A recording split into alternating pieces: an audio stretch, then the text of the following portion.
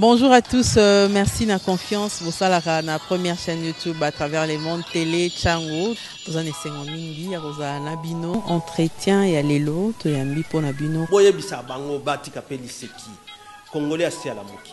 La muka asala ka ba réflexion ya bien pour na mboka oyo. FCC na la muka ba ebani bien. Manque à confiance ça déjà. Il n'y a aucune coalition entre FCC et Nalamuka. Le blocage au niveau de la CNI ou particulièrement au niveau des confessions religieuses a un nom. Il s'appelle M. Félix Tshilombo. Ferdinand Kambere, Totondio Boton. Merci Père et gloire pour l'opportunité au PCI sur la participation.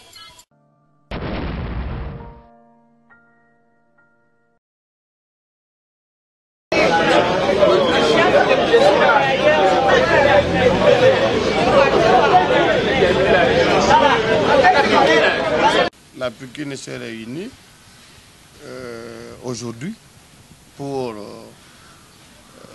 entendre les rapports qui est venu de la commission paritaire qui s'est tenue à Bubois entre les membres du gouvernement et les banques syndicales de l'enseignement supérieur universitaire. Mais pour en savoir un peu plus, notre porte-parole peut vous faire le résumé.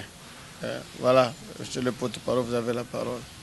Ce jeudi 7 avril 2022, s'est tenue une assemblée générale extraordinaire de l'association des professeurs de l'université de Kinshasa à Pikine en sigle.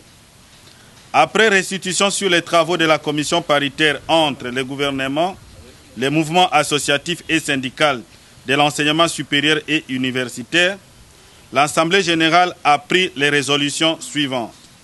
1. Elle a pris acte de l'avenant signé entre le gouvernement et les banques syndicales consécutivement au protocole d'accord du 14 février 2022. Elle se réserve le droit de décréter une grève sèche en cas de non-respect des engagements souscrits par le gouvernement dès le mois de juillet 2022.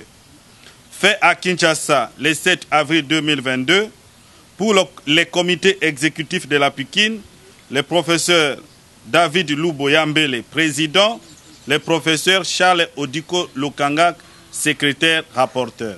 Merci. Des négociations de Bibo entre le gouvernement, le bien syndical de l'enseignement supérieur. Et après un débat très long et très contradictoire, l'Assemblée a estimé qu'elle ne pouvait pas faire de grève.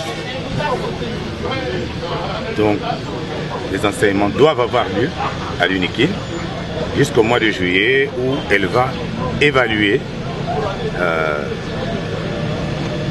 les acquis qui seront en train d'être exécutés par le gouvernement.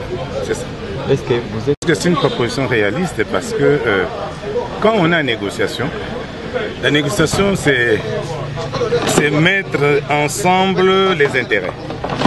Et les intérêts du corps professoral de l'UNIKIN nous paraissent préservés et les intérêts du gouvernement sont préservés parce qu'il y a eu un accord. Et nous espérons que nous allons suivre par tous les systèmes possibles pour que le gouvernement exécute les engagements qu'il a pris vis-à-vis des professeurs de toutes les universités de notre pays. Est-ce que vous pouvez nous... Les engagements sont très simples. Hein. Le premier point, c'est que le gouvernement a décidé de faciliter la mobilité des professeurs par l'acquisition des véhicules chez un concessionnaire.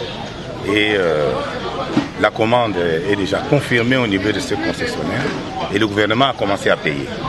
Et en principe, on va commencer la livraison par les professeurs émérites, d'après ce qui vient de nous être dit. Des deux, il y a la prime de recherche aussi, ça c'est une très bonne chose. Des trois, il y a cette question très importante de la récupération du pouvoir d'achat qui va ensemble avec le projet véhicule, mais avec aussi la révision barémique qui sera en vigueur à partir du 1er janvier 2022.